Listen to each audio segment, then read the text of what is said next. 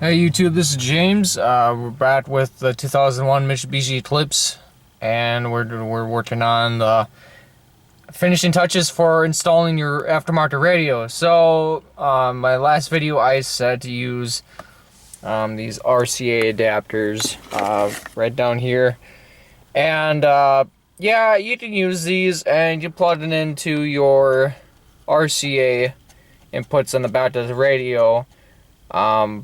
Even though this is meant for subwoofers, even though my car doesn't have subwoofers, your vehicle might have that, and usually you need those for that. So I went ahead, luckily I had a few parts left over, and what we have here, we're going to start with your Mitsubishi adapter. So the adapter that you buy online doesn't look like this.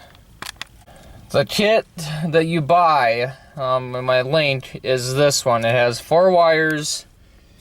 You have your orange, you have your yellow, you have your red, and your blue.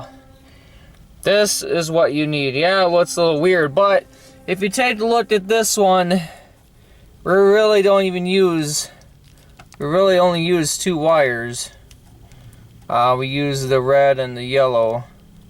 The orange we don't use, and the blue we don't use. What we do use is the blue from your stereo to your DIN. So if you want to use your radio, if you want to make this look professional, I would advise you to go ahead and find these inline RCA phono jacks. You want the female end. This is going to be plugged into your DIN, which is right here. This would plug into your female. So if you take a look, we have your 2-speaker one. Now this is all coming out from your connector. This is what the radio uses. And what we have here is we have the black. The black is on the bottom, even though it's flipped upside down. I don't know if you can really tell, but there's a black. It's a gray and black. And the black is on the bottom, or if you turn this upside down, it'll be on the top. No. Yeah, it would always be on the bottom like this. If you can, I don't know if how clear you can see that, but it's soldered in there. Black on bottom, and then the regular on the top, which would then use for the RCA. And this is all coming out from, like I said, your plug-in. All these wires down here. You could basically cut all these wires off because you're not going to use them.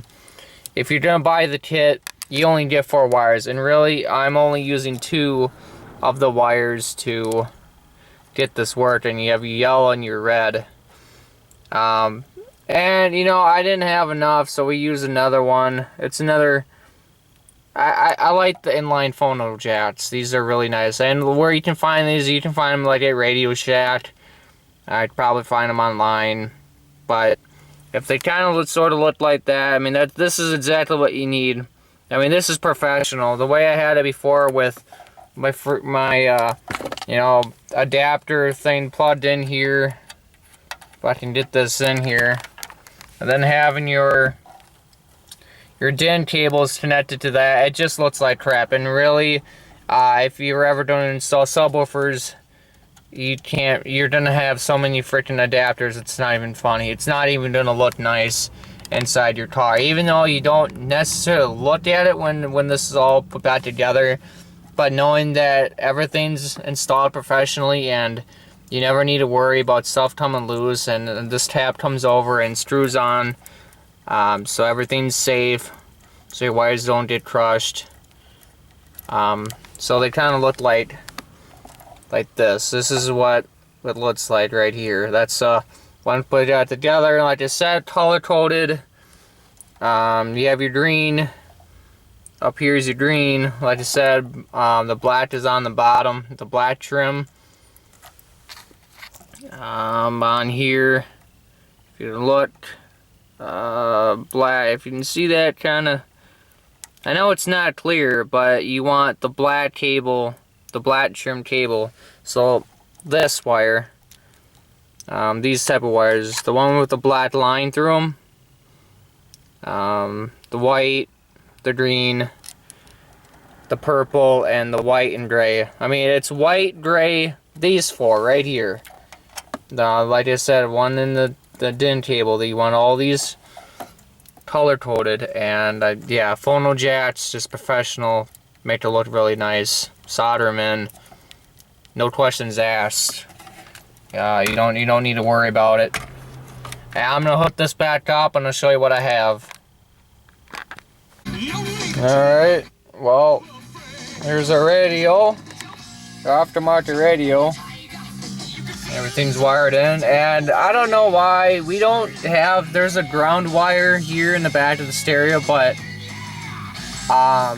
this doesn't do anything. I can get all my functions here. Radio works great, it got great sound, all four speakers work, but make sure you want to like double check your wiring, just to make sure that you don't have any loose connections or nothing back there, because it's kind of cherry rigged. I wouldn't say cherry rigged, but if you were gonna do the way I did it the first time was cherry rigged. It wasn't professional, but now I'm fully confident that all my speakers are like connected at 100%. It's professional. Like I say, if you have the tools necessary to do that, is soldering, flux, solder, and also your inline phono jacks. That's literally all you need. So it might cost a little more money, so you're gonna need, your kit, which I have in the first video linked. I should probably go ahead and link it again. So you have your stereo kit, your DIN kit, and you need 4 inline female phono jacks. I believe that's what they're called. The pieces that I showed you, that's what you need. And once you get all that wired up, I shouldn't have any worries. Put everything back together.